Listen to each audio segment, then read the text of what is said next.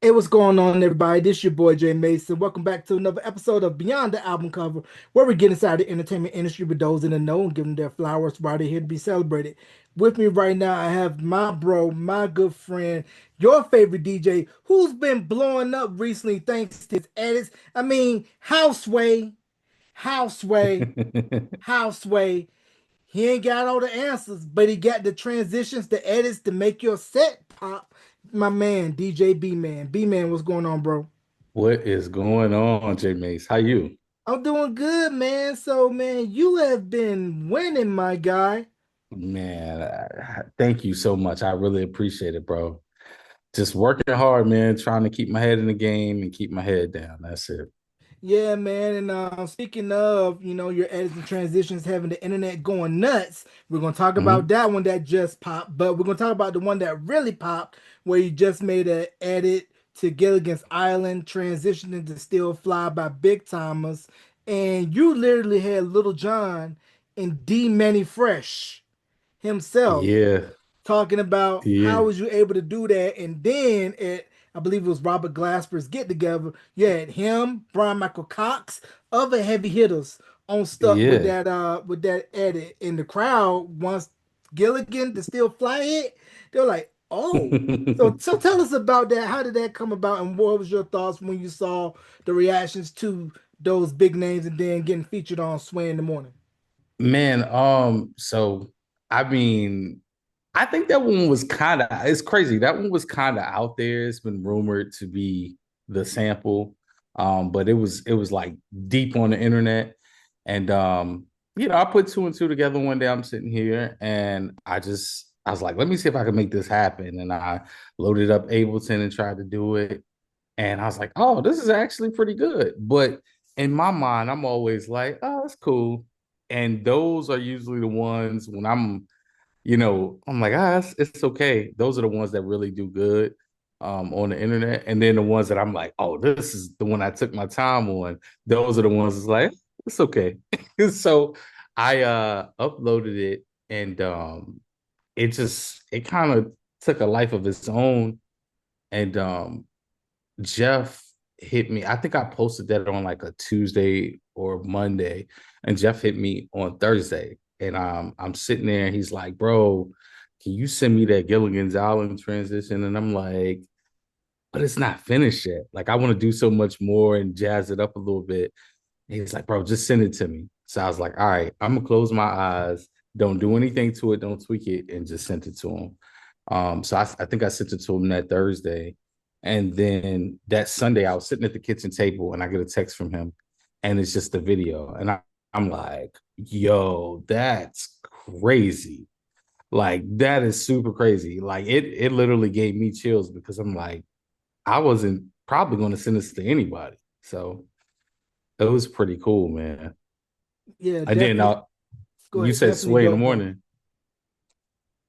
Yeah, and then I think it was, one of the highlights of the night.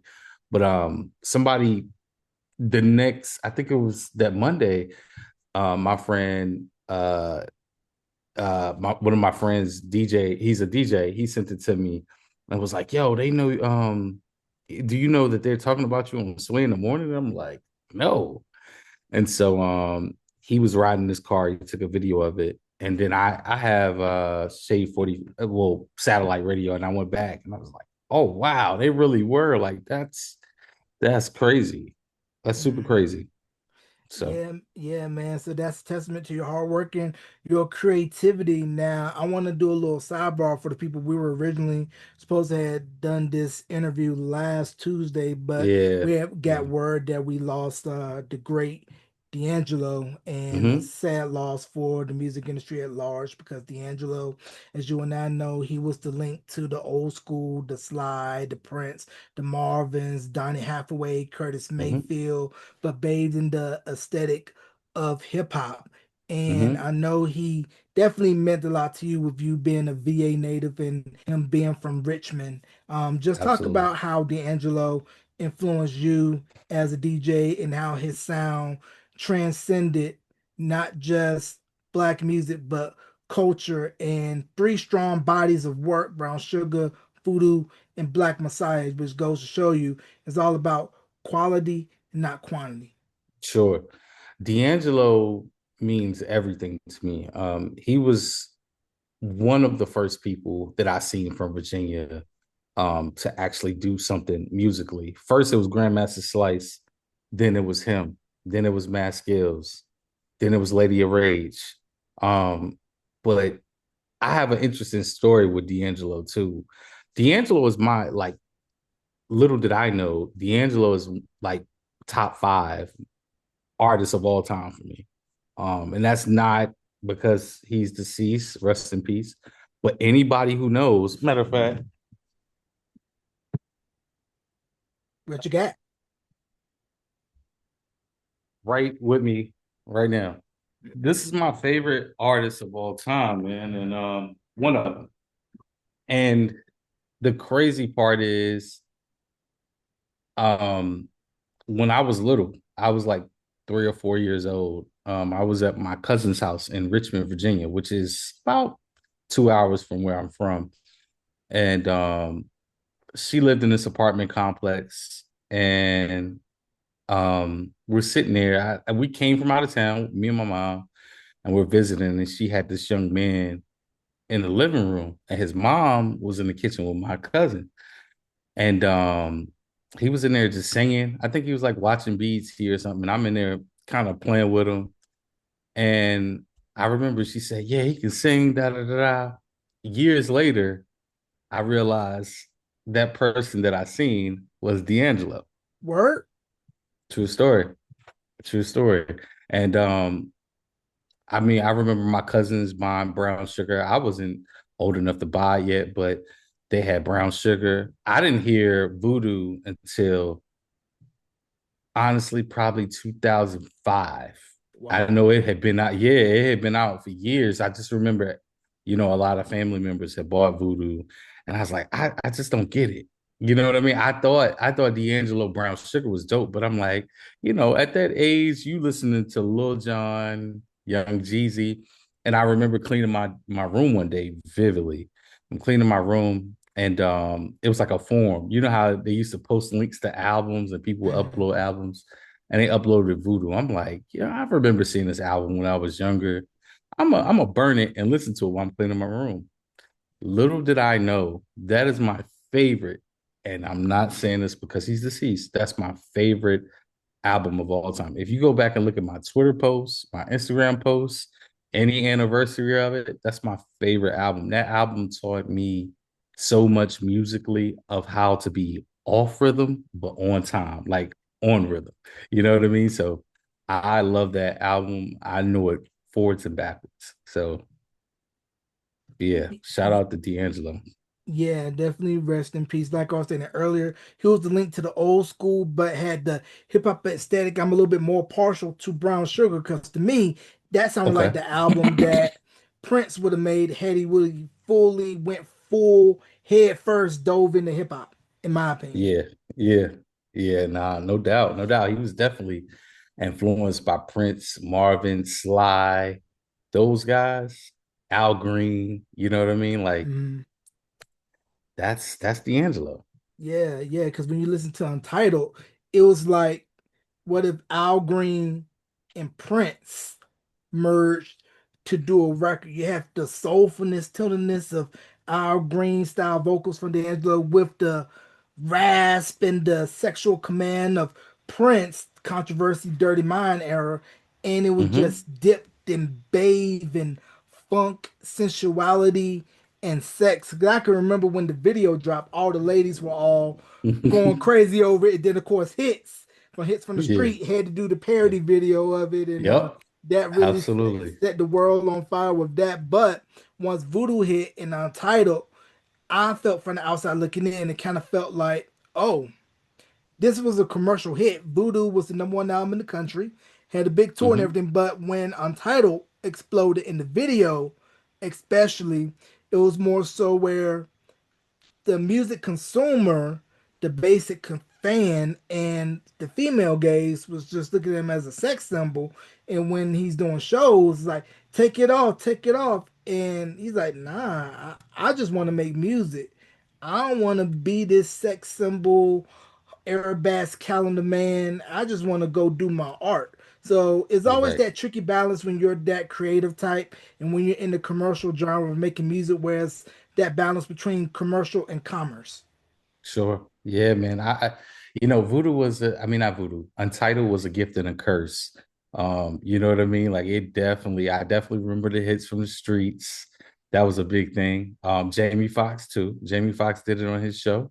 And it it was like I said, it was a gift and a curse. It kind of ruined him, I think, you know, reading into articles. I don't know for sure, but having conversations with people that are close to him, it put him in a weird space because it was like, you know, he's an artist. Like if you go back and listen to these projects, that dude was so advanced that the average music consumer didn't get it. Like you said, they wanted him to take his clothes off, and he like, nah, I want to do this over here.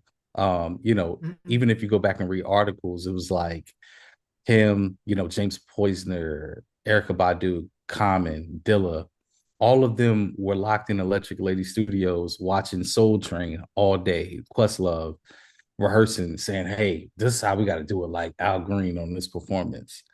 So it Untitled, I love the record, but you know, every time I think about it, I'm like, dang man, this really put D in a bad space. Yeah, it's almost kind of like it's the one thing most people wish for when they come into the game, that commercial hit, that exposure. But when you are such a creative and you have all this other material you want to flesh out and not give the commercial stuff, you don't necessarily have room to breathe. Similar to how Prince was when he hit, and you realize, oh, people are only going to want the same thing, which is why the Purple Rain European leg of the tour got scrapped and Around the Right. World in a Day came out quick because he didn't want to be just labeled by his commercial success and just keep it moving and just get all the material out that he wants to get out just to Yeah. flesh out his creative freedom. Yep, that's it. That's it. I mean, I think everybody, if you really think about it, a lot of artists have that album that kind of defines them. And it doesn't mess them up, but it's like, yo, like Young Jeezy is Thug Motivation 101. It's Mm-hmm. everybody compares that album to everything he makes. So it's Mm-hmm. kind of like it's a gift and a curse. You know what I mean? Right. And I think Untitled was that for him and his career. And speaking of Jeezy, have you heard the Still Snowing project yet? I have. I have. What do you think I about it? like it. I like it. Okay. Some people are mixed about it, but to me, it kind of felt like grown man trap, especially rapping over the 70s, 80s samples, real heavy. It just kind of felt like he maybe watched some of those Questlove 70s Soul Train episodes, 80s Soul Train Yeah. episodes. Say, I'm gonna take these 70s, 80s records, flip it, and then put some of the grown trap on it. It's still Jeezy, it's not Yep. like Snowfall, but it's more of where you gotta put your hard bottoms on, those Scooby Doo's. Yep. Yeah. Yeah, man. Yeah. Nah, it's definitely different Jeezy. Grown man Jeezy. Yeah, so he's winning this year too, but still snowing. He just released the symphonic album of Thug Motivation 101 that was recorded, I believe it was at the Fox Theater down in Atlanta. And it's great to see just the growth of a lot of these artists from we saw them in their infancy to where they Yeah. are now to they Yeah. are pretty much legacy acts. Yeah. Nah, it's crazy, man, seeing a mature Jeezy, a more mature T.I. Like they're the OGs now. They're unks. So it's interesting for sure. hmm Yeah, and then also you mentioned T.I. and Jeezy both being from ATL, and we're getting ready to have Outkast going to the Rock and Roll Hall of Fame this year, and just talk about how big of a win is that for Atlanta to where when Seven Player Listed first came out in '94, people weren't getting it, and of course the infamous Source Awards where they got booed and Three Stacks said the South got something to say, and then they ended up winning Album of the Year in '04 at the Grammys for Speakerboxxx Love Below. No rap album, Hmm. I believe, hasn't done that since. So, what do you make of that for Outkast and for the Atlanta music scene in general that they're going into the highest hall in the Rock and Roll Hall of Fame? I mean, it's well deserved, man. Outkast. they're such creatives. Like they push the needle. Like when a lot of people were doing trap music, they were doing rap, but it was different. They always been different. So for me, I have the utmost respect for Outkast. Like they definitely influenced me and influenced countless amount of others. So Outkast is just different. They're just different. That's all I can say. They're amazing. Right, and Big Boy gave us a classic Oscar award-winning performance at ATL. Oh That ain't who yeah, I think it I is, think is it it? is. I'm so disappointed in you this evening. Hey man, where you going, Carl Lewis? Like stripper, tighten up. I ain't seeing the wild boy, boy, where you been? Yeah, no, Classic, that's classic. classic. That's That's classic, super classic. a cult classic, and also just thinking about with them and just the whole Atlanta music scene to where prior to when all of that exploded, it was started by SOS Band and then later on nationally exploded because of ABC Crisscross, and then it really got put on the map once LA and Babyface set up Yep, shop with LaFace. And then of course we got to give Bobby Brown credit too because he set up shop in Atlanta, put Bosstown Studios in there, which is I believe now Stankonia that's Studios, Stankonia. Yep, correct, and correct. just how all of what we love in hip hop emerged from Atlanta, Georgia, to where people, at least close to our neck of the woods in NC and VA, don't have to say, "Hey, I don't have to go to New York or LA no more. I can just ride down 85, set up shop in Atlanta." Yep, yeah. No, Atlanta definitely another different place, man. It's so many creatives and so much talent, man. I mean, they probably have the most studios that I've ever seen in one city. Like, and none of these studios are gated off that I've seen. Like Stankonia, you can ride right past it. It's in a neighborhood. So it's not like it's behind this fence. It's like, oh, there's Stankonia. You know what I Mm. mean? There's patchwork. Um, yeah, Atlanta's different. I feel like everybody from Atlanta almost does music or has somebody, a family member that was in the industry or a creative in their family. Like everybody in Atlanta is about music or has somebody in their family that does it. So Mm, yeah. yeah, and I don't know if I just had Brandon Akira from Mister on the podcast a Oh couple of months wow. back, and he actually shared this little nugget with me that there was a bidding war for Mister. It was between East West, LaFace, and Jive. Wow. I didn't know that. Yeah, and then East West ended up winning out. Of course, Sylvia Rome was head of East West. As you know, Sylvia Rome, one of the names that in the music industry from her time at Elektra, Atlantic, so on and so forth. And unfortunately, Mister didn't put out a second album. I believe he told me that Tim and Bob had a second album ready to go, but then when East West folded, that album I believe got shelved. Got shelved. Yeah. Unfortunately, that happens a lot, man. Like a lot of those artists get caught up in the, you know what I mean, the folding of the labels. The You label know. politics and labels changing hands with people upstairs, and you lose your Mm-hmm. champion in the building, and that's pretty much almost where it's That's like, it. where do we fit? Because we don't have our Where person do we in the go now? room who's Mm-hmm. championing us to be top artists. But I found it interesting that he had told me that he actually wanted to go with Jive, and thinking about where Jive was at that At time that time. musically, because this was before Backstreet Boys came and broke big here in America. They were over in Europe and Canada exploding, and then of course ended up launching in the US. And then 2 or 3 years later, NSYNC ended up joining Jive after their split with RCA, BMG, and Lou Pearlman, and Britney Spears, and just that Jive really had a stranglehold on the teen pop market, but a lot of people don't know too. Jive was real heavy in the hip hop space. Yeah, BDP, for sure. Jazzy Jeff and the Fresh Prince.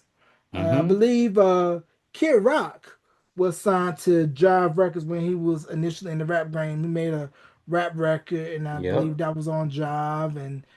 And of course, Houdini. Jive Records, and Yeah. how Clive Calder, Barry Weiss, they really had the foresight to say, hey, let's go ahead and let's get in early. And with Houdini and the Escape album, they that album and Larry Smith's production, I think Larry Smith doesn't get talked about enough for his No. contributions and his production to, the early years of hip hop, Hip hop. Hmm. and how on the Escape album he had his stuff, and then of course Thomas Dolby, yes, she's blinding me with science, had some stuff on there as well. And I think, when you talk about early rap groups, Houdini, I feel doesn't get enough props for, what they did and the groundwork that they laid for the genre to be where it is now. Yep. Definitely. Definitely Larry Smith for sure. And Houdini. Larry Smith was so ahead of the curve, man. Like he was the first person using drum machines and these expensive keyboards. Supposedly they got a documentary coming out with him. Oh, word. I think Rashad Smith is doing it. Tumbling Dice, if you're Nice. familiar with him. So I'm excited Nice. about that. Nice. Nice. A Tumbling Dice production. If you know, you Mm-hmm. know. Go Mm-hmm. back and Yep. listen to some mid '90s records, some late '90s records. Tumbling Dice, and I don't know if you saw the docu series that LL did called Hip Hop Was Born Here on Paramount Mm-hmm. Plus. I sure did.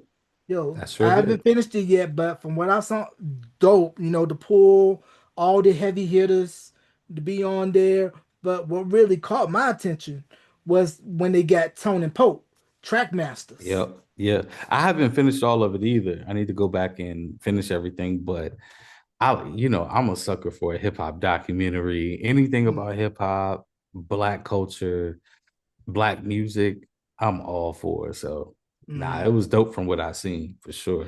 Yeah, definitely dope. And then going back to D'Angelo, I was just looking at the Brown Sugar video the other day, and Hmm. I had just realized like, oh, Ali Shaykh Muhammad's in the video.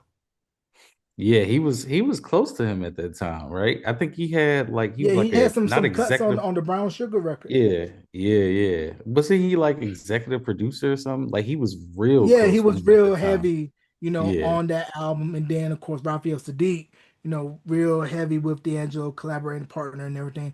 And somebody had posted, I guess it was a clip from a couple years ago.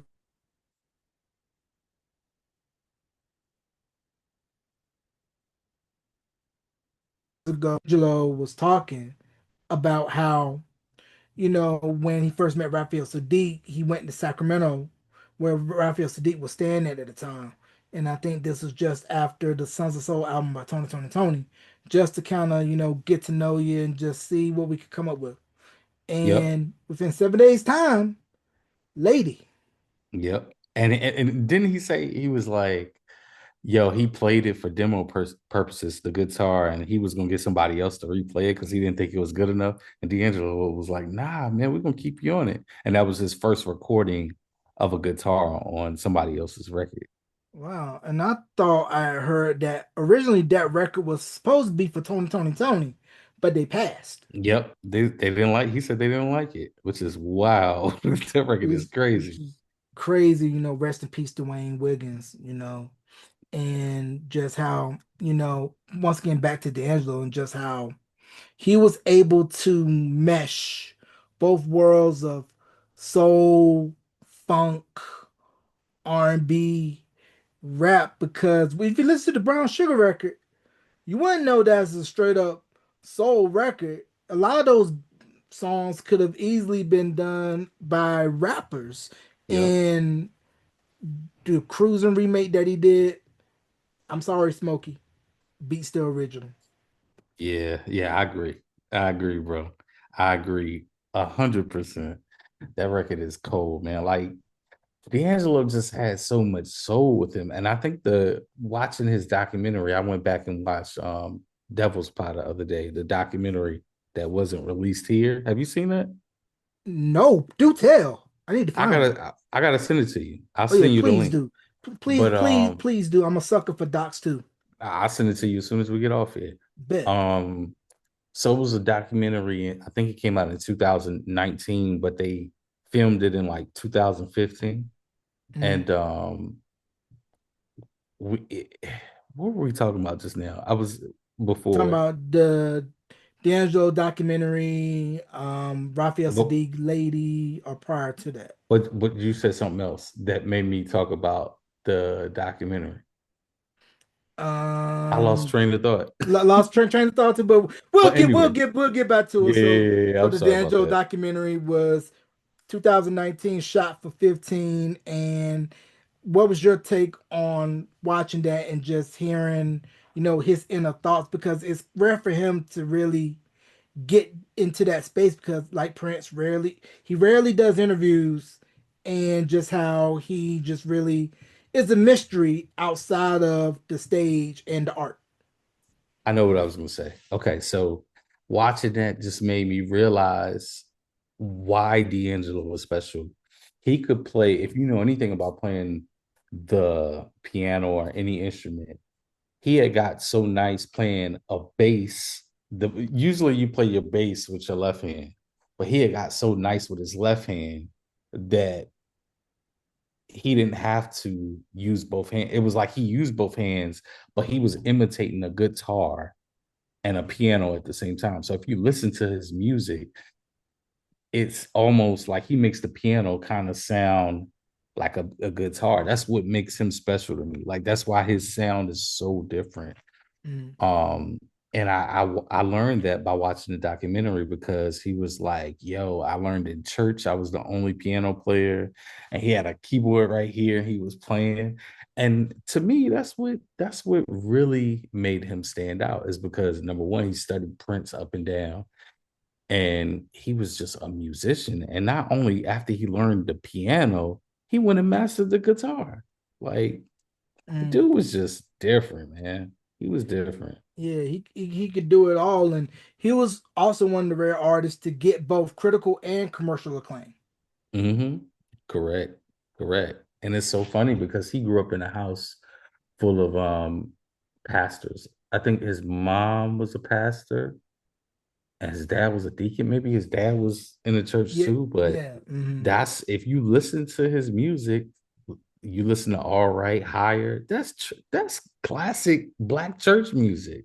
And Hmm. that's what makes him so good and soulful, bro. That's why we feel his music. He only released 3 albums, and But that's strong. but strong. Yeah. Hmm.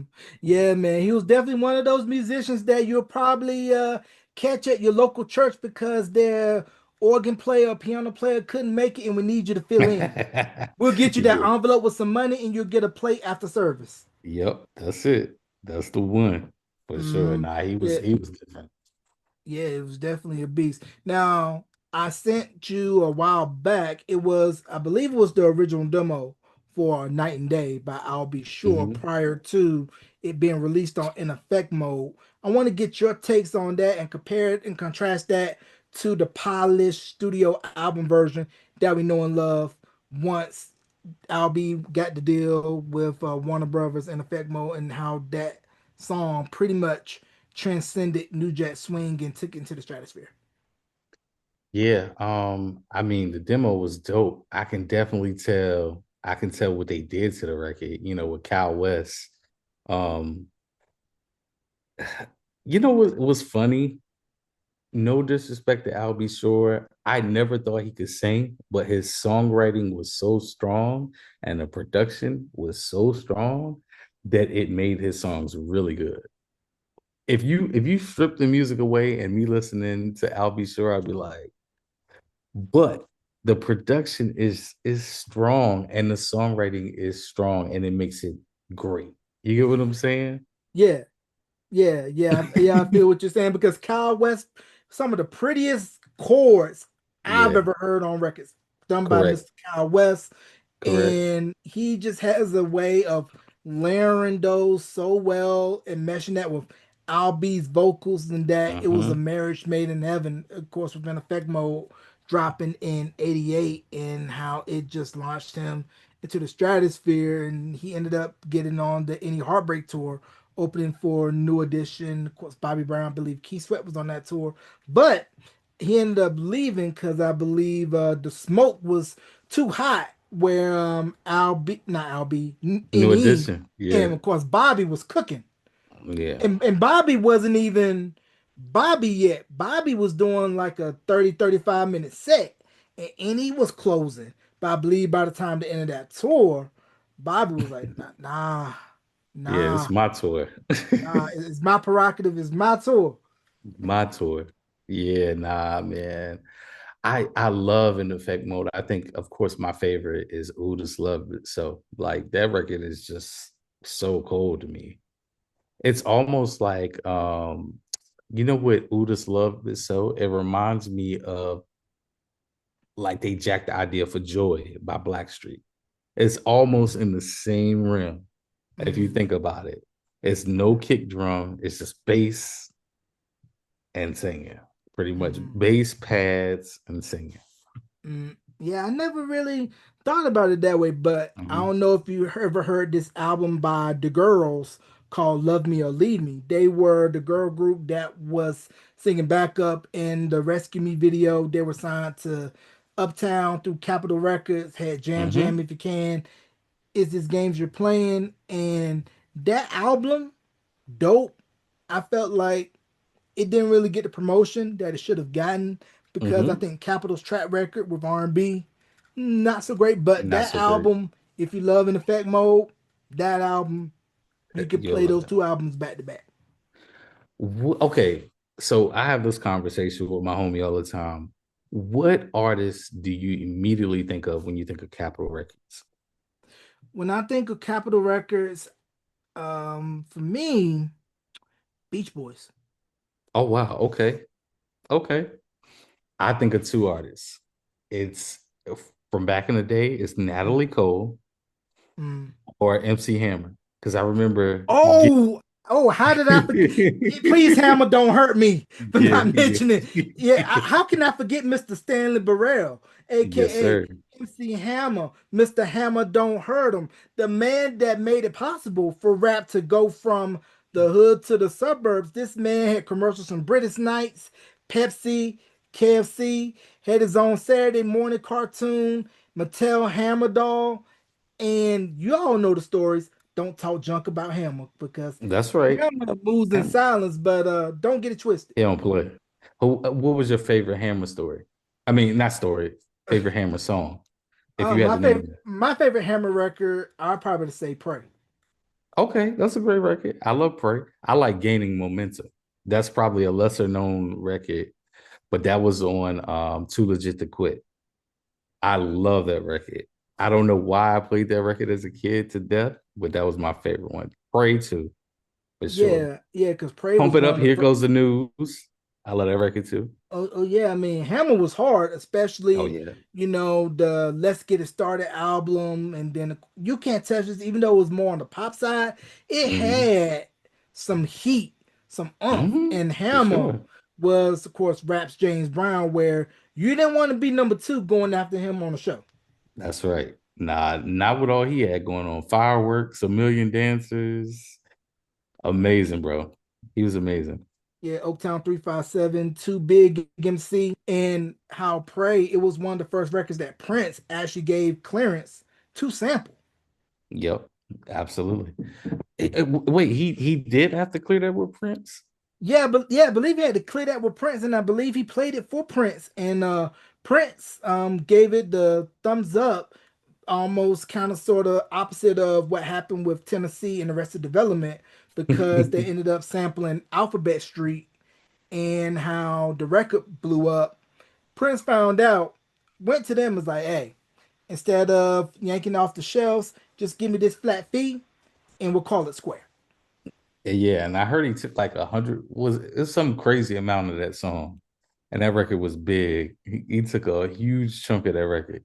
Yeah, almost like what Sting did with "I'll Be Missing You."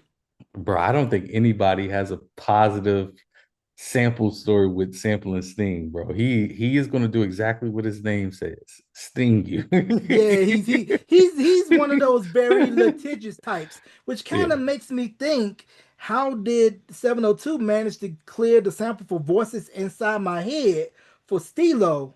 And I believe that was produced by Chad Dr. Seuss Elliott, I believe.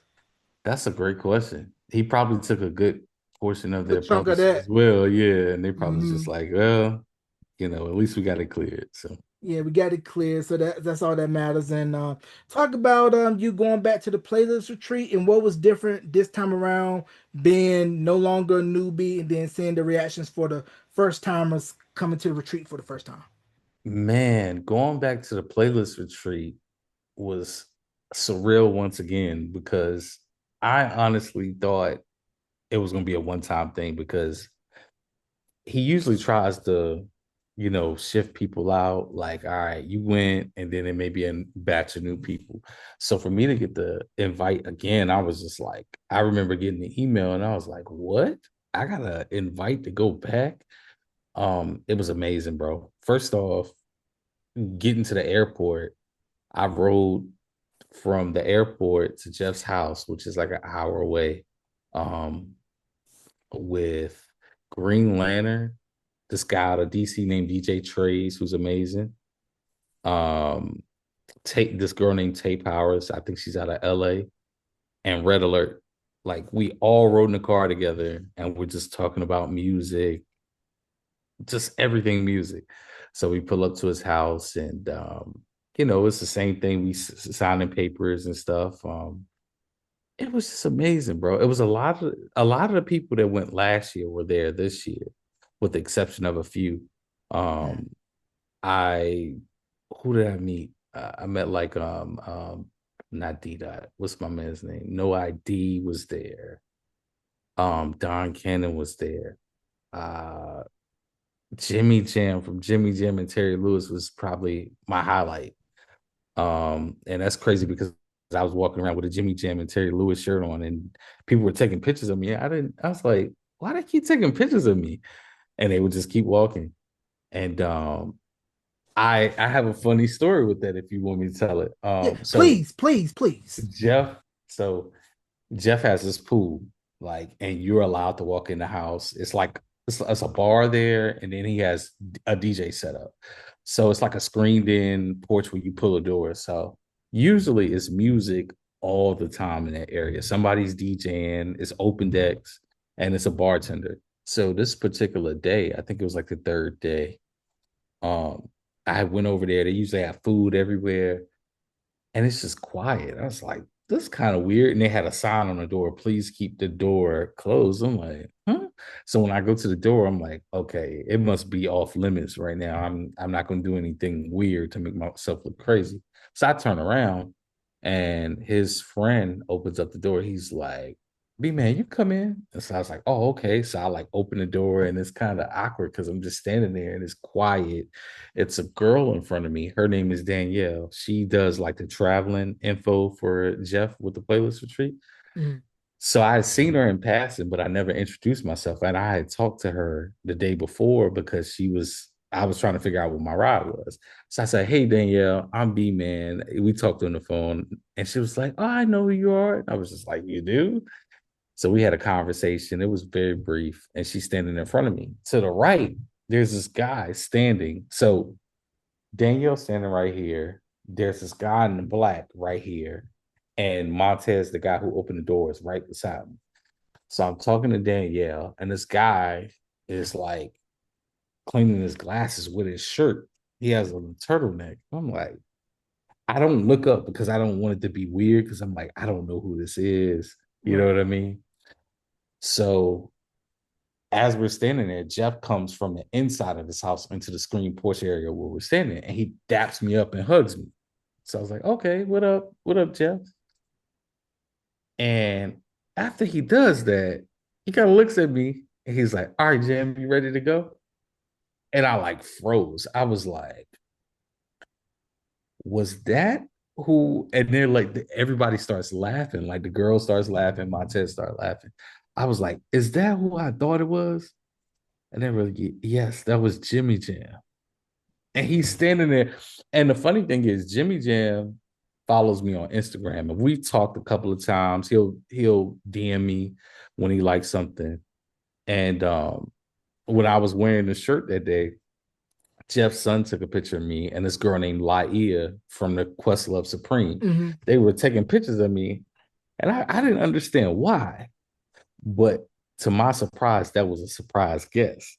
So Laia sent it both of them sent it to Jimmy Jam directly. And then he was like, hey man, he was like, who is that brother? Because a lot of people they see my videos, but they don't know my face. Like it's just like, is this AI or Right, you know what I mean? They right, don't know right, what I right. look like. Mm-hmm. So when they sent it to him, he was like, who is that brother? And why is he wearing a shirt of me at Jazzy Jeff's house? And he was like, I gotta meet that brother. And it was like, it's this guy named B Man. He was like, oh, B Man, that's B Man.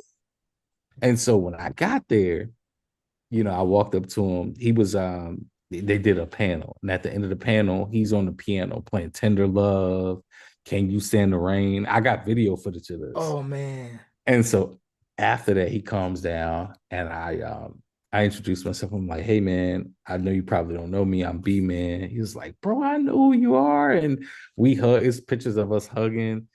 And he's like, I had the t-shirt. After I seen he was there, I went to my trailer and got the t-shirt ASAP. He was like, man, who he was like, where'd you get this from? And my homie, shout out to my homie Trissa, he actually was just designing shirts of people that we admire production-wise, Teddy Riley, the Mhm. Neptunes. And he designed this shirt. And I was like, oh, please send that. I gotta get it printed. And my man, DJ Man at Arms, printed it for me and I just wore it every day. I tried to wear somebody who inspired me. So I had like a Stevie Wonder shirt, a Neptune shirt, Jimmy Jam and Terry Lewis, Timberland and Pharrell. So and it was cool because I had no idea he was coming, and I just happened to wear that shirt. Man, that almost sounded like Chappelle skit with Rick James. I mean, he probably had the glow, and you were trying your hardest not to fanboy, act like you've been there before, Yeah, show respect, but not be overtly fanned out. I mean, that yeah. is Jimmy Jam. Jimmy Jam, bro. And I felt embarrassed because he was right in front of me and I didn't speak. I was just like, I don't know who this is. I don't want to be awkward. And I just kind of kept my head down, kept talking. But he Mm, was standing there the whole time. And when Jazzy Jeff was like, Jam, you ready to go? I looked up and I was like, because he had his glasses on. I mean, it's not too often you see him without his glasses. And mm, I don't remember if he even had a hat on. So it was like seeing a whole different person. Because right. usually he got the hat on, glasses. And he when he got up, I was just kind of stuck. That was kind of the first time I was starstruck, but I wasn't starstruck. Like I was Mm. just like, is that who I think it is? Like, yeah, it's crazy. Yeah, I mean, I would be too, because when you think about Jimmy Jam and Terry Lewis, Soundtrack of Our Lives, some of the works that we love from Human League, Janet Jackson, New Cheryl Lynn. Edition, The Time, Sherilyn, Alexander O'Neal, Yeah. Sherelle, Yep. and just to be in the same room and then hearing him play on the piano, the catalog. I Man. mean, it was just, it almost kind of felt like you were like watching MTV Unplugged meets VH1 Storytellers. Yep. Correct. It was like that the whole time, man. Like it was so many talented individuals. There was some people I got to meet. Once again, it's a group named Close Contra. I don't know if you're familiar with them. Are you familiar with Close Contra? Coast Contra, they're from out west, right? Rap group. Yes. Two dudes, right? It's I think it's four. It's Four twins, and then there's another twins. guy named One dude. Rio, and Uh, then another guy. And okay. come to find out, the twins are Tidra Moses Yeah, and yeah, yeah, Raz yeah, yeah, Casson. yeah, yeah, yeah, yeah, yeah, yeah. So I seen their videos, but I didn't know their name. And one of them was my roommate. Rio Right. was my roommate. And I was just like, wow, like this is crazy. Like I watched their videos, but I never knew their name. So it was dope connecting with them. Mm. Um, who else showed up that was just crazy? Manny Fresh. I got to connect with Manny Fresh after the Still Fly. And How was that? it was cool, man, because I was trying to send it to him and I was talking to his manager via email. I was Mm. like, yo, how can I give it to him? He gave me Manny's email. And so I sent it to him. I was like, he probably will never get this. So when I seen him in person, I'm like, yo, I'm B Man. And he was like, yo, bro, you got fans. And he was the nicest guy, bro. Manny Fresh is super cool. And he had posted the video. So he was like, man, shout out to you for doing that. He was like, bro, it's like your fans have been on my tail about tagging you and giving you credit. He was like, much respect, man. Super dude, good dude. Gave me his phone number.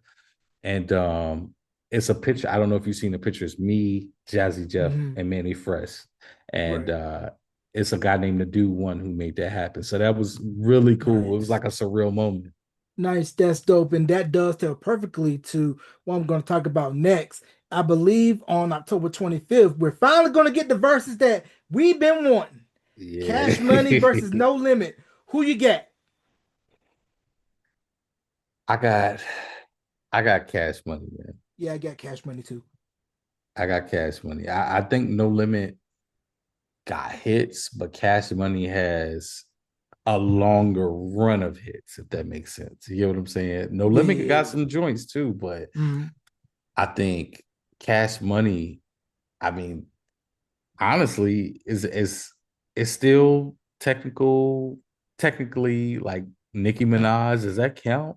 Cash Money, Mm. Drake. Drake, Yeah, it's like Wayne. how what are you gonna play after that?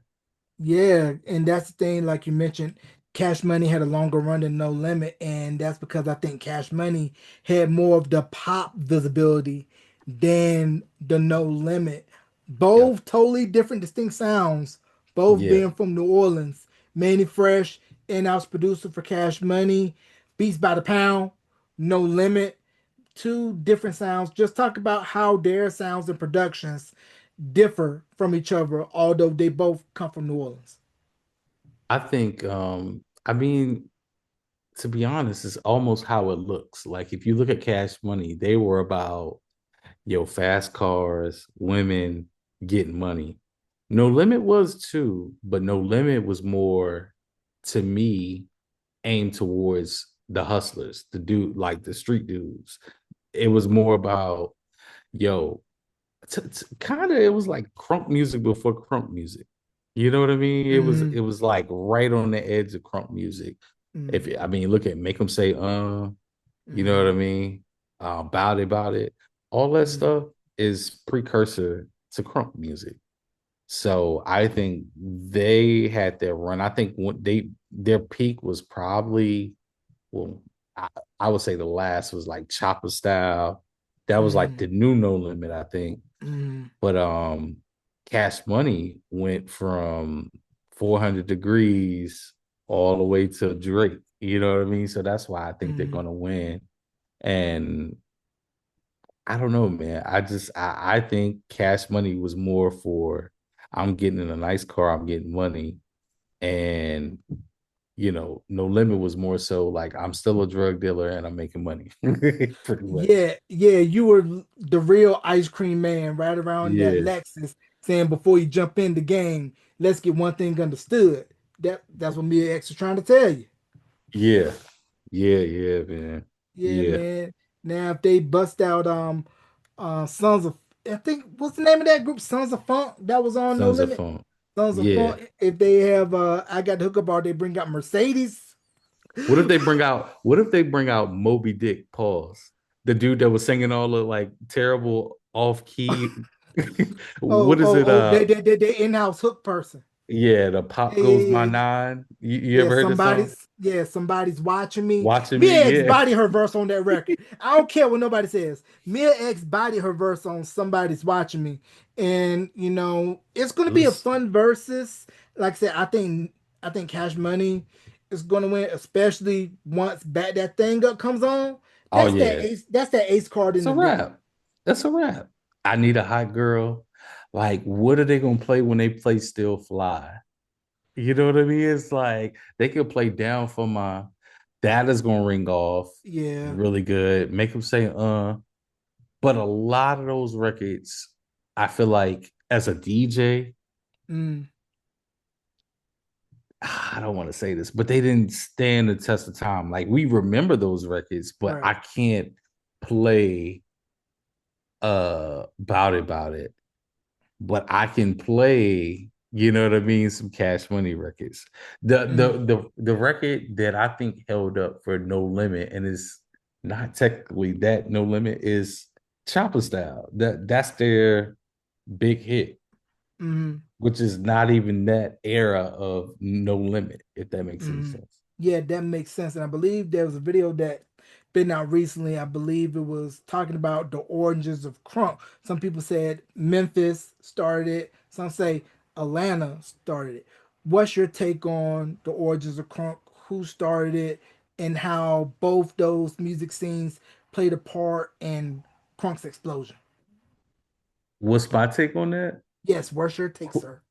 Uh, who do I think started it? Yeah, just your take on, who you think started it and how both those scenes both played a part in Crunk's music explosion nationally and internationally. I think I honestly think Little John was the one who started crunk music.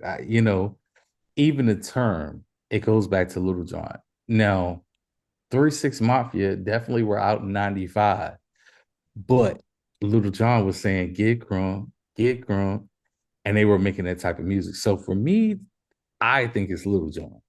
I may Mm. be wrong, but I think it's Little John. Yeah, I'm What do you probably gonna have think? to go with your take as well because both of us come from the same era. On We're hearing nothing but Atlanta. Of course, we heard "Tear the Club Up" 3-6 and everything like that. But when Lil Jon, East Side Boys, and all those acts came out, it was all the Atlanta stuff that Yep. we heard. You can Hmm. still play Bia, Nuck If Yep. You Buck, Never Yep. Scared, We Ready, all those crunk records, and you can get people on the dance floor trying to think that they still got good knees like they did 20 plus years ago Yeah, for sure. and still think that they can fight. For sure. For sure. For sure. No, I mean, I definitely think that Memphis had some influence with it. I'm not saying that, but I think on an international level, Little John is known as the face of crunk. Like, Mm, I mean, to me, he coined the term crunk. I didn't hear Memphis people saying crunk. Maybe that was the culture, but mm, to me, in my eyes, he came up with the word. I may be wrong. mm. Yeah, now I'm going back to music docs. There's a documentary out called King of Them All, which just came out on PBS. It's Okay. about King Records and Sid Okay. Nathan. If you know your music history and love music, King Records, based out of Cincinnati, Ohio. This is the Yep. label that signed James Brown and a lot of other future acts that will become future players in the music industry. Because when we think about the music scene out of Ohio, we tend to think of everything coming out of the funk capital of Dayton and all those Hmm. acts out of there. But King should not be glossed over at all. Not at all. Not at all. I mean, you said it first. James Brown by himself. That's all you need to say. Yes, sir. That's all you need to The say. Godfather of Soul. I Yep. mean, when you think about James Brown and not only what he meant to R&B, but if it wasn't for James Brown, no hip Hmm. hop. Because when you think of hip hop, it's like musical reupholstery, where Yep. we're taking upon old samples, building something new on top of that. And James Brown was one of the ones that figured out, hey, y'all gonna pay me. If you all Yeah. gonna use my stuff, y'all gonna pay me. Yep. Because as we know, back in those days, the contracts are dirty. Sign away your publishing, get that brown Yep. paper bag of money or that Cadillac like Big Red and Five Heartbeats. Yep. And just realizing that sampling, this is a new form of income that I could be making. And once Yep. those older artists figured out, hey, you're taking my records, I want to see some financial compensation. Yep. And De La Soul and Biz Marquee were the poster childs for that. You know what I mean? Like they were the ones that got taken advantage of immediately. Oh yeah, Oh, because go ahead. shout out, not to cut you off. While I'm shouting out De La Soul, that was a highlight too at the playlist retreat. I heard the new De La Soul album, How which is was it? coming out. Oh man, it's amazing. It's amazing. It's amazing, bro. When does it Like, drop? I think November something Okay. next month, All but right. it's amazing. It's All amazing. right. So y'all get ready Yeah. for that. Yeah, definitely looking for that. And you mentioned De La Soul, 3 Feet High and Rising classic album produced by Prince Paul of Mhm. Stetsasonic, and how Yep. that album, this was back during the Wild Wild West where you would just sample stuff and hope nobody heard it and wanted to get paid. But the Turtles did, and the Turtles Yeah. was very litigious. Yeah. Nah, they won't play no games, bro. They got taken to the cleaners for that. Like, it's crazy now. I mean, like, if you listen to the Bomb Squad album, like the Public Enemy, they got like 50 samples going on, like no exaggeration. And I always wonder why they had so many samples going on. I think Hank Shockley was like, yo, at that time it was the crack era, and they wanted to make you feel like you were on crack when you heard their music. So that's why it's like so much going on at one time. There's a Because lot of you listen to that, distortion. it's loud, yes. Yes. Mm, So yeah, you it's just you try like that net, you try to sample 50 records now. nope. Half your budget's Good going to luck. go towards getting clearance. Yeah. Good luck. Good luck with that one. And I want to go back to how with sampling, how you really had to be creative with your samples. I don't know if you saw this video. There's a video of Kanye West in the studio chopping up the Shirley Murdoch "Go On Without You" sample for "Do or Die's Pay the Price," and he was Hmm. using the AR-10, and Yep. this was ASR-10, and this was back Hmm. in '04 when he was still using the ASR-10. And to Hmm. just think that how he was literally just cranking that out on this at the time antiquated piece of technology to where I felt like he should have kept the beat for himself. To me personally. A lot of the ASR is a very unique piece. It's a very unique piece that people today still use. Um, I don't like Jake One still uses it. A lot of producers still use it. So I don't think that piece of equipment will ever go out of style. Like, even though it's technology wise, it's dated, it's Mhm. just something about how it sounds. I think Jay Dilla was using it. I think RZA was using it. Timberland used it. He still uses it. Mm, Kanye, all these people still use it because it's something, it gives whatever you're making a certain texture that they that can't get out of gritty, anything else. Yeah. that gritty, muddy chipmunk soul sound. Now I want to know, with them still using ASR-10s, where you gonna get floppies? Because don't nobody really have floppy disks like that anymore unless you got them way on the cheap when they were getting ready to go out. Yeah. I mean, I guess you get them off of eBay, Amazon. Now you can get stuff with ease now versus back in the day. And Now, if it was 2005, I'd be like, yo, where you getting a floppy at?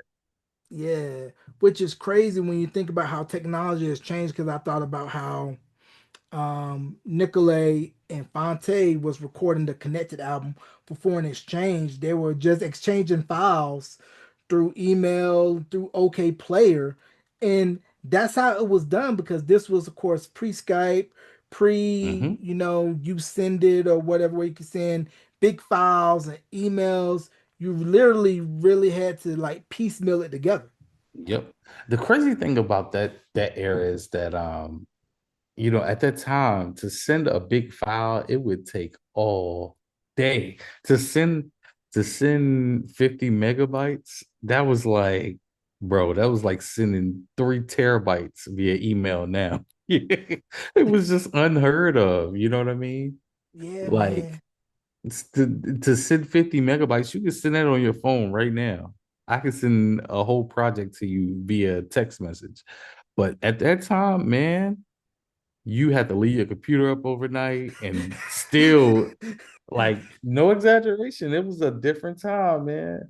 Bro, we were there, man. The days of dial-up internet and you having to go to Kazaa, Bearshare, LimeWire, Morpheus. It'll take you 24 hours and some change to download one record. Yep. Don't let the connection go bad because you have to start all over You know again. what's funny? My grandma, and shout out to my grandma, I love her to death. She would always call when I needed that last track because I was the CD guy. I was the guy that sold CDs under the table at school. So I'd be like, all right, I got this new Memphis Bleak album. All I need is number 10. And then my phone, it would be call waiting. And then I'd be like, wait, what's going on? I see the download bar. Like, it's like, oh, 7 hours. I'm like, 7 hours? Grandma is calling. I'm like, just stop calling me. I'm trying to make some money. She's like, let me talk to your mom. You had to get off the internet. Your mom had to talk, and then it's like, okay, when you getting off the phone so I can finish up. I mean, you on a mission. I mean, the Yeah, CD burner hustle was a good way to make money back in the day. I didn't do it. I had a bunch of CD plugs, but you had some CD plugs that do 2 for 5, 3 for 15. Statute of limitations is up. You can snitch on yourself. yeah, Selling out the locker, selling out the backpack. It was like get down or lay down because hey, that's so and so's locker. That's his turf. Nah, my man got the better deal, but now he give me a discount on the mixes. And yep. it was a big deal once you got your custom mix CD from your boy. He wrote on it with Sharpie, got the Hmm. little plastic case on there. I mean, I ain't gonna lie, that's how I built majority of my CD collection. I mean, that was now looking back, that was a lot of work for $3 and $5. Like a lot But of we work. wanted it though. Yeah, yeah, that was a lot of work. And man, I know that I owe Bad Boy Entertainment like a lot of money for that Too Hot for TV the band album.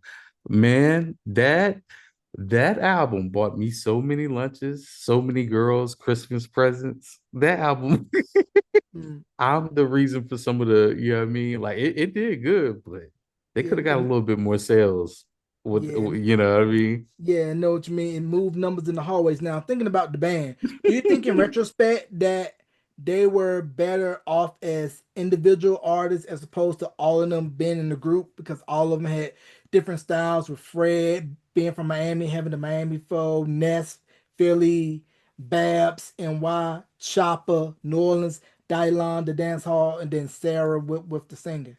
No, I think at that time it worked for what it was. Like I feel like if they would have came out as individuals, it wouldn't have worked. You know what I mean? I mean, Mm. honestly, they were the beginning of black reality TV for me. Like Flavor of Love was, I think, the first one, maybe. Yeah, I would say so. And but that was like the one where I was like, yo, everybody's in on a whatever night to watch this show. So that was the beginning of reality TV for me. So like I think for what it was, it worked. But if you would have had one artist, I don't think it would have worked. Yeah, because the fight between Fred and Ness, he had to be Yep. there for that one. And then Yep. when Ness battled Jay Mills, Mm-hmm. Yep. Yep. Yep. and I Yep. still say Ness won. Yeah. Yeah. Yeah. For sure. For sure. What was the other girl? Mysterious, the one Yeah, that oh yeah, was oh yeah. She was tight too. She had like she was tight. that Yeah. Biggie, Oh, I kind of gotta. flow and Yeah. whatnot. I don't know if you saw the documentary that came out like a year or two ago that Anscape did about Sean. No, I need to watch it. Yeah, I had to find that and send it to you. But it was showing Sean and about how, he went from, of course, all he went through with Bad Boy and whatnot to where he's now back in his home country of Belize, in politics and doing everything like that. So it's an amazing, turnaround, to see, Right. where he is now and of course, we got to talk about it. Ain't no ducking, no dodging, no dipping, no diving on this one. You know where I'm Okay. gonna go. What's your take on the sentencing that was handed down to Diddy? You know, it's such a sad thing to see some of these people that were so high up in jail. Like it's kind of unbelievable. You know what I mean? Puff Daddy in jail. Mm, Um, but I do, you know, to me, I feel like some of that stuff it doesn't pertain to what he got sentenced for. I think it was all a domestic violence case, and they was just like, "Nah, we gonna get you some kind of way." It had nothing to do. They didn't care about the other stuff. They mm, cared about that video that got out. You know what I mean? And they wanted mm, to embarrass him. right. But I think that's what it was all over. And I don't agree with domestic violence at Of course all. not. Yeah, yeah. So it's sad to say. Mm, I think he got off light, to be honest. You know what I mm, mean? Like, mm, I mean, we all talk as people who love music. We know Diddy, we don't know for sure, but talking with artists and seeing how they end up later in life, that man didn't do right about let me put this right. He didn't do the right thing with his artists, like with Right, royalties, and now right, you know what I mean. He's giving them back their royalties. Their royalties ain't worth nothing now. Their masters and mm, all that stuff, it's not worth anything. So I right, feel like it was bad karma, bro. right. It was bad karma. Yeah, you do dirt, you get dirt You get back. it. Now Yep. with music podcasts, I don't know if you ever listened or watched On That Note podcast Right. with Sean Stockman from Boyz II Men. I seen some clips on Instagram. I need to actually tune in. You got some good stuff up there. Yeah, yeah, he got some good stuff on there. He just recently had Mona Wolfgram from the Jets, The Jets. Candyman. Now the Jets, sidebar, Jets were huge. Hmm. They weren't no slouches. I Hmm. mean, Rocket to You, Crush on You, You Got It All, Catch My Broken Heart, Curiosity. Being from Minneapolis, Minnesota, being influenced by the Minneapolis sound. We mentioned Jimmy Hmm. Jam earlier and how, the Jets. They were on Sure. R&B radio, pop radio, Soul Train, American Bandstand, and just had that crossover appeal that appealed to all audiences. Yeah, for sure. For sure. Now the Jets were huge. You know what I mean? I wasn't necessarily around, but Crush on You is like one of my favorite songs. hmm Yeah, Nah, they were Crush on huge. You's dope record, and rest in peace, Aaron Carter. He ended up remaking that when he came out with his debut album back in the day. So still doing wonders for them as well. And Oh wow. I didn't know that. yeah, yeah, yeah, yeah. Aaron Carter, rest in peace. And with speaking of his brother Nick and Backstreet Boys and the numbers that they've been doing at the Spear in Vegas, with people shelling out a little over 1,200, 1,500 for all the expenses with merch, tickets, hotel, airfare. And then Crazy. there's been word that NSYNC is looking at possibly doing a little something for their 30th anniversary, but we don't know whether or not They JT should. is going to be on board. Justin, get the bag. Bro, okay, so here's my take on that. Like I love to see groups reunite, but I don't want to see the group reunite without everybody. I don't Mm, want to see Salt and Pepper without Spinderella. You know what I mm, mean? I just mm, unless they're deceased, you know what I mean? If they're right. still alive, I gotta see them together. I don't want to see Jodeci without JoJo or Casey. Mm, Like mm, I want to see everybody. I don't want to see Jodeci without Devontae. I mm, gotta see everybody. So mm, hopefully they'll get that right, man, because it's time. Like, number one, your fans are at that age where nostalgia sells, but you're introducing yourself to a new audience. Like, now my daughter loves Michael Jackson. You know what I mean? So if he was alive, I could have took her to see Michael Jackson. You know what I mean? So now mm, you're introducing yourself to a new audience that may not have known about your music, but you mm. know what I mean? Tap Why into that not? new Time demo is and forget now. about the Apple twice. Exactly. Yeah, Exactly. especially with NSYNC regaining popularity thanks to the Deadpool Wolverine movie with them playing Bye Bye Bye, and how, like you said, a lot of the younger audiences who just discovered NSYNC for the first Hmm. time via that movie, and those of us that was Hmm. around when NSYNC was formed and at their Fire. height is like, Hmm. yo, this is for us right now, because Yep. that's what the Backstreet Boys shows at the Spear been on, where it's like, this is for us. New Edition Yep. shows, this is for us. New Kids show, this is for us. So a lot of those groups are legacy acts to where we can Hmm. just be like, hey, let's take this victory lap, get our flowers, be celebrated, be loved, and just really tell the fans thank you for sticking with us and holding us down for the X amount of years that we've been in the business. Yeah. No, I think a lot of the artists that came out at that time, they need to do that. They definitely need to get their flowers. It's time because we're not getting no younger. You know what I mean? The people Mm, that look at Bow Wow. Bow Wow was hot when I was out. Now he's doing like SeaWorld, and there's nothing wrong with that. But that's smart because you still making money, and there's still people out there that want to see you. You know what I mean? Right, They grew up with you, so right. Does the check clear? That's the question. exactly. That's all that matters. That's You all that know. matters. Does the check clear? And Yin Yang Twins did SeaWorld too, and it was like somebody's basement party, college party with the smell of Black and Mild and all the unnecessary stuff that went down back in those days, which we looked at as not great now. And I also should mention we just lost as well Ace Frehley from the rock band Kiss. So, Mm, rest in peace. And hmm. like you said, our legends need to be celebrated and revered while they're here because we never know when it's their last time that they're going to be on stage or Correct. put out stuff, and which is I always go back to New Edition, which is great to still see all six of them still thriving. And like I mentioned plenty of times before, that I felt after the miniseries, they've gotten their long overdue just due Hmm. for what they should have gotten way long ago.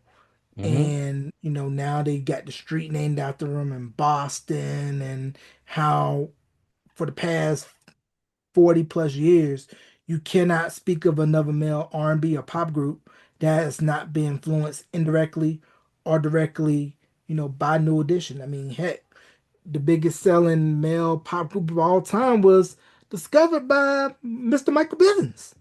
Yeah. Yeah. Yeah. They don't get talked about enough either. Who's that you speak of? As boys to men. Oh, why you don't think Boyz II Men don't get talked about enough? I don't know. I just don't hear it. Like we talk about Jodeci, but I feel like they don't talk about Boys the Men, and like I don't think people realize how big Boys the Men was. You know what I mean? And Mm, especially when they had Mike, oh man, they were different. yeah, they definitely hit different, but I kind of think with Boyz II Men, I think two kind of overshadowed everything because Cooler Eye Harmony, it was a slow burner, but once two Two, back it up into the road onto two, it yep, was like stratosphere with them. yep, I agree. Two was their defining album, in my personal opinion. End of the Road Mm, was their biggest song, of course, but mm. that two album, that's when they were like doing shows with Mariah Carey. That's when Mariah Carey was huge. You Mm. know what I mean? So Yeah. Now I'm still partial to Cooler Eye Harmony. That's my favorite album by you Boyz know II what's Men. you know what's funny? I've never heard that album in its entirety, to be honest. I've heard bits and pieces, but I don't know it well enough.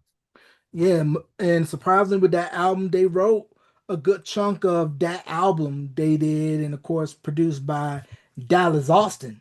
So Mm-hmm. the album came out in '91, so it definitely has that early New Jack Swing type of sound. Definitely, if you go back and listen to a lot of ABC stuff, Dallas did as well. So it Yep. definitely has that swing and that vibe as well on the Cool Out of Yep. Harmony album, since Yep. Dallas Austin, was at the helm on that album. Shout out to Mr. Freeze and Spider Man too. So they had a Spider-Man lot and to do with Freeze that in too. full Yeah. effect. Yep. Hmm. Correct. Now, for those that don't know, Poison was originally supposed to be for Albie Shore. I did not know that. Yeah, Poison was supposed to be an Albie Shore record, but I guess Albie wanted to go into a different direction as far as getting away from the New Jack Swing style and sound. But if you go back and listen to, let's say, Misunderstanding, then Misunderstanding. That's what I was listen about to to say. Yeah. Poison, It's the and same you thing. can kind of hear the similarities. But I think the reason why Poison took off the way that it did was once again because of Bomb Squad. You got that hip hop, sturdy, gritty sound, and it separated, BBD from what was out at the time because they wanted to set themselves apart for what we knew Ronnie, Ricky, and Mike as with New Edition. We want to say, hey, this is us. You know us with the suits and doing the choreography like Brooke Payne. But no, we want to dress hip hop, want to be able to merge hip hop and R&B, and it was a combination that ended up doing gangbusters. And then when we think about when TLC first came out, their whole imaging style wise definitely was BBD influenced. Hmm. Yeah, that's true. That's true for sure. BBD influence. And one last thing before we go, since I know it's getting late on the East, so I want to get you out of here on this. Why do you think a Soulquarians album never came to fruition? That's a great question. From what I hear, there is some material. It's unearthed. You know what I mean? I think a lot of them were perfectionists. You know what I mean? Because they all were at Electric Lady Studios, which if you guys don't know, that was Jimi Hendrix studio. And yeah, I just think they didn't necessarily do a whole album, but they definitely all worked together because you look at it. And somebody I didn't know was a Soulquarian until literally last week was Talib Kweli. Wow. Did you know that? No, I didn't know he was He's a down with that Soulquarian. movement. If you look at that picture of all of them, he's in the picture. He's a Soulquarian. And I got to meet him at Playlist this year too. Oh, how was that? Meeting him? Yeah, meeting Super Talib. cool. Super cool.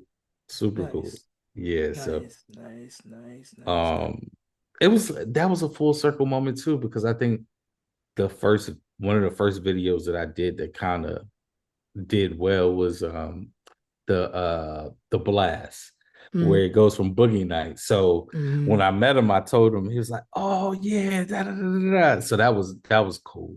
But mm. now he was really nice. That's Really dope. nice. That's dope. And like you mentioned with Soul Aquarians, a lot of those acts artists tend to work together on a lot of material, and one of the biggest what ifs in music if they would have said, let's just put all our forces together and let's do something. But I think that would have been easier said than That would done have because been like you mentioned, takeover. like you mentioned earlier, everybody's perfectionist. I don't know if there would have been one person that say, look, you gonna drive the car.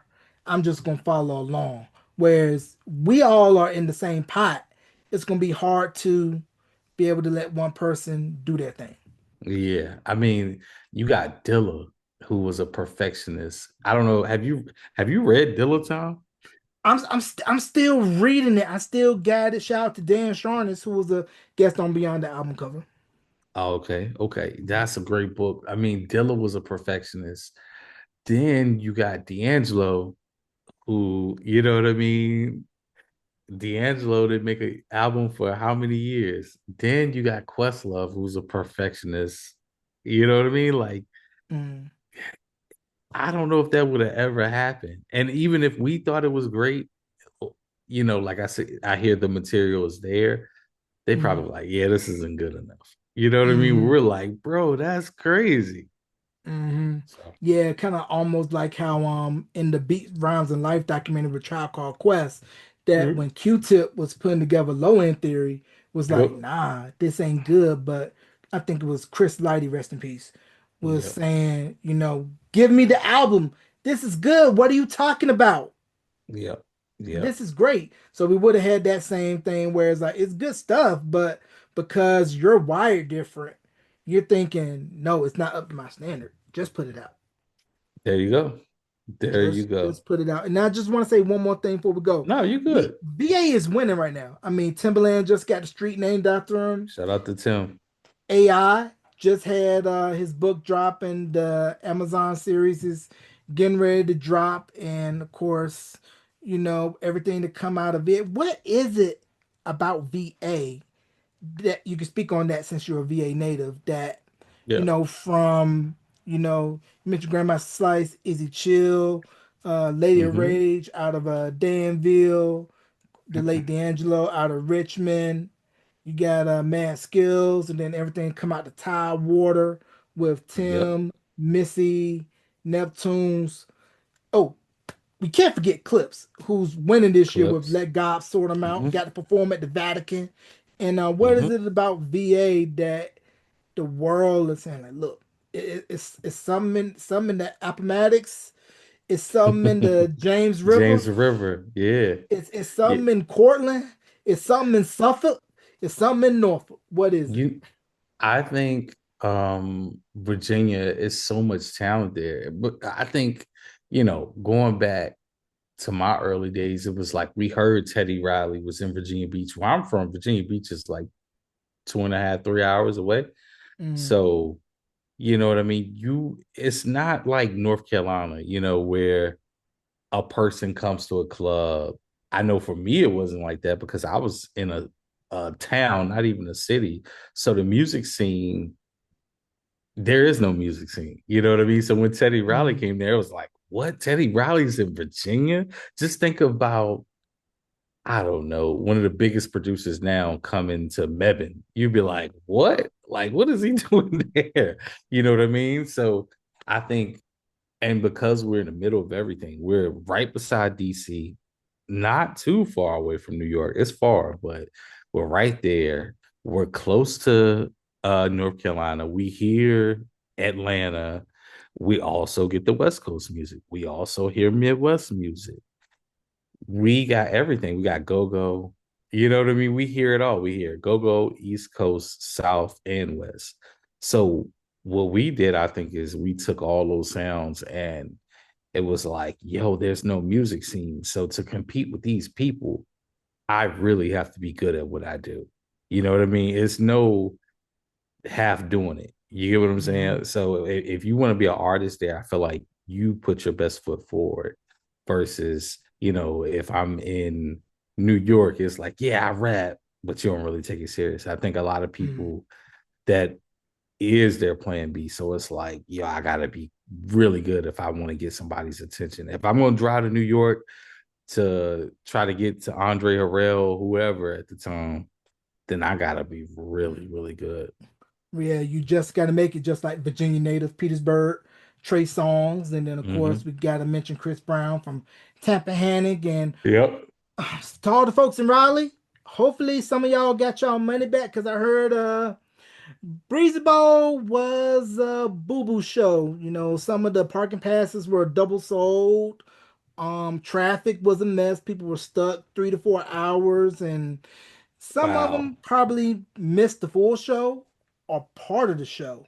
So, Raleigh, y'all got to do better. Yeah. Yeah, definitely if that happened. Yeah, definitely do better. So, before we go, bro, shout outs, plug the Patreon, any other socials that you get, and how can people get their mixes right? Yo, shout out to you once again for having me on here again. I'm like, man, what Jay Mason want to talk to me about?